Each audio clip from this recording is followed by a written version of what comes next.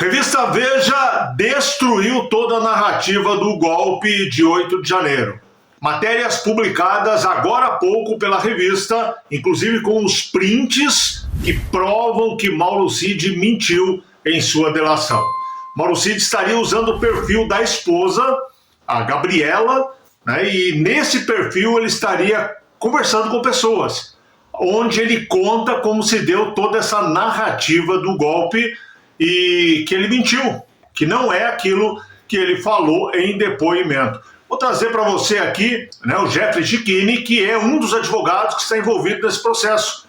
E ele explica o que aconteceu, essa situação que a matéria da Veja traz, colocando numa sinuca de bico o STF e a história do golpe cai por terra. Acompanhe comigo aqui o que falou o Dr. Jeffrey Cicchini. Gente, bomba, bomba, bomba. Quem lembra daquela pergunta que o advogado do Bolsonaro fez pro Mauro Cid? Se ele estaria usando rede social da esposa dele. E o Mauro Cid respondeu que não lembrava.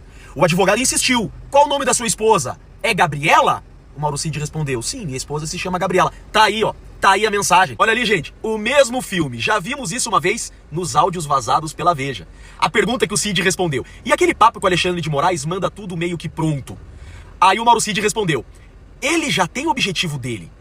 Ele já deve ter pronto a ordem de prisão do presidente. Não precisa de provas, só de narrativa, disse o Mauro Cid. E quando falam de provas, metem os pés pelas mãos.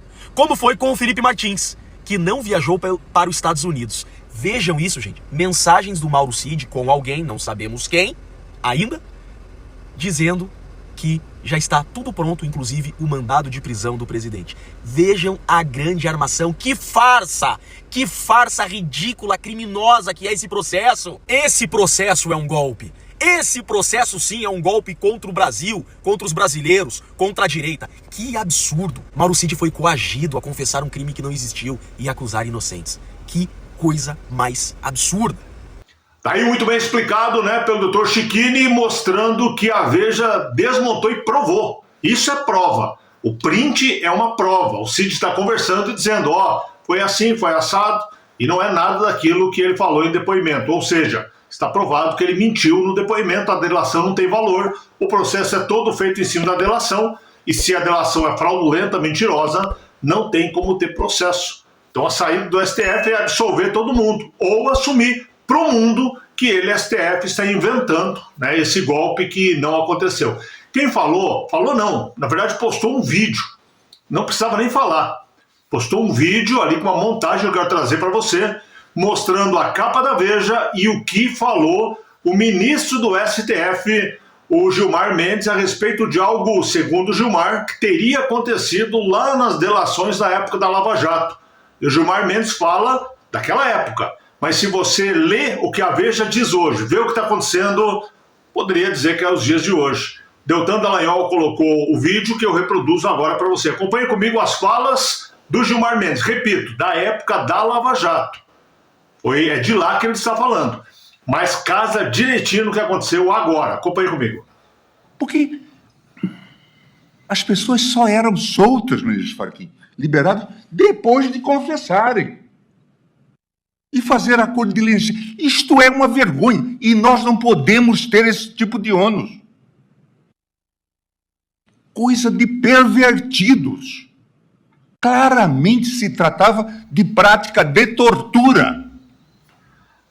Não foi isso que aconteceu? Seu Gilmar Mendes falou daquilo que ele acha que aconteceu e que, sinceramente, eu não vi. Mas a impressão que dá é que ele estava prevendo o futuro. Ele estava falando aí do que iria acontecer nesse processo, nessa delação do Mauro Cid. E aconteceu, né? O Mauro Cid, está comprovado, ele mentiu na delação.